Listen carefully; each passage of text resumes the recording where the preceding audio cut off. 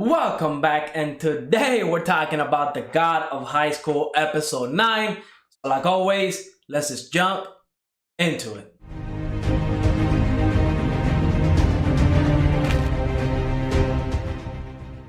This episode has to be my favorite one so far. Now, of course, last episode, if you saw my video, you will know that I am kind of digging the story now, but I am kind of curious if it's too late for the story to get good, right? We're on episode 9. This is only getting, I believe, 12, maybe 13 episodes. I'm not too sure, but it's not getting more than 13. And the fact that the story is now picking up to a level where I'm really appreciating it, I wonder if it's too late. I wonder how other people kind of feel about the anime. Now, I looked at Reddit, of course, it's not official, but I see that some of the ratings and not a lot of people are actually talking about this anime, at least not on Reddit. I don't know about other forums and stuff like that, which is kind of disappointing because even though the story is not the best, it still has some very awesome fights. But I do feel like the story is definitely picking up, and I am very invested in it right now. Like, I want to know what the whole organization, the cult organization, what they're after. They're obviously after a huge power. We don't know what it is. It probably has something to do with a Shiryuke or something along those lines.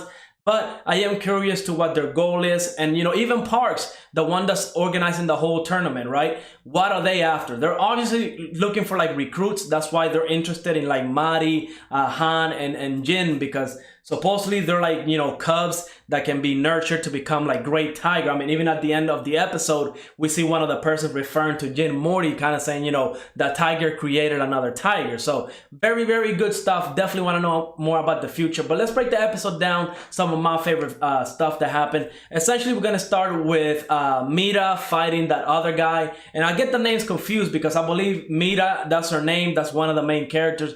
But then the other guy, his name was like Lee Martin or something like that. Very similar names, so I get confused. But yeah, this fight was like a big character development for Mira because she finally awoke her Shiryuke. She's the first one to do so, unless already, you know, Jin already has it and Han already have it, but they haven't had to use it because everybody is so weak. But I don't think that's the case. I do think she's the first one to awaken her Shiryuke, and the way she went about it, I absolutely loved it. I mean, just that whole scene with her, you know, kind of admitting that she is weak and she's trying to catch up to Han and Jin. I really love that scene because she knows that she's definitely not the strongest, nowhere near to the level that Han and Jin are. So the fact that she was able to accept that, and that's how she got that Shiryuke power, was absolutely amazing. I mean, I kind of see it like Naruto, and like how Sakura, of course, she, you know, we know that classic line where she said she finally caught up to Naruto and Sasuke, when in reality, no, she did not. But I feel like with this, it's a little bit different because it did the opposite, right?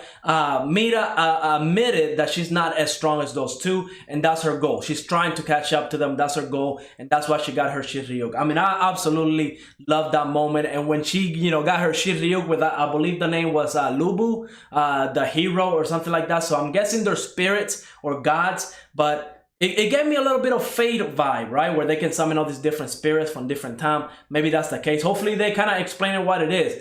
But she was able to awaken it, steal the sword that the other guy had because it was her original sword. So it finally, you know, acknowledged her as the master, and she just one-shotted the dude. I mean, absolutely loved it. Glad that she got a little bit of character development. So, I mean, that was just amazing. Of course, we got a little scuffle as well with Han. Han got a little action along with him fighting the one mysterious character from Yagul's team. And he even got a kiss. So, you know, win-win for him. But then the big part of this episode, my favorite one, I mean, hands down, this thing was just hyped. Jin Morty went to rescue his grandfather. Of course, we find out it's a trap. And this mysterious person, right, I'm guessing he's with the cult. He's definitely taking people out that are participating in the tournament so the other team that infiltrated can move on the ranks faster, right? I'm guessing that's what he's trying to do. So there was a lot of people dead underneath the warehouse. And of course, Jin Morty was able to find them because of the whole fight that was happening. And we see him activate the pressure points, so he will not be able to feel pain. So I'm glad that worked out. I mean, last time when he did the pressure points, it absolutely messed him up. Really funny, but this was not a funny moment. This was serious. He activated those pressure points, no pain, and he absolutely went ham. I mean, I was kind of salty that they didn't show the fight at first, right? He showed up to the arena just as soon as Mira was able to get her win. I really love that moment because, you know, he showed up, picked her up as she was falling down. Beautiful moment, loved it. And then we get the final fight of the tournament, and I love how the episode paralleled both fights, because essentially he did the same thing to both characters and just destroyed them. I mean, it wasn't even a competition. It was like a child's game, and we see that Jin Morty is very angry because they're playing with his grandfather, and I'm guessing that's a big no-no. But yeah, Jin Morty just demolished both the one guy in the warehouse and the guy in the tournament with the same techniques, same everything. We even got to see the different forms, the Jin Morty original 2, which is like 2 dragons. Now I'm guessing that's not his Shinryuk. I'm guessing that's just straight up just his power. I can't even imagine how OP this dude is going to get once he gets his Shinryuk. But this episode, at least for me, is definitely where it's at. My favorite episode so far of the God of High School. Hopefully they keep it up for the next 2 or 3. I mean, episode 9. So yeah, we got at least 3 more episodes. But hopefully they keep the momentum. Hopefully the story keeps going, because right now I am absolutely loving the God of High School. But yeah, let me know what you thought of this episode. Go ahead, leave a like, subscribe, and I will see you on the next episode.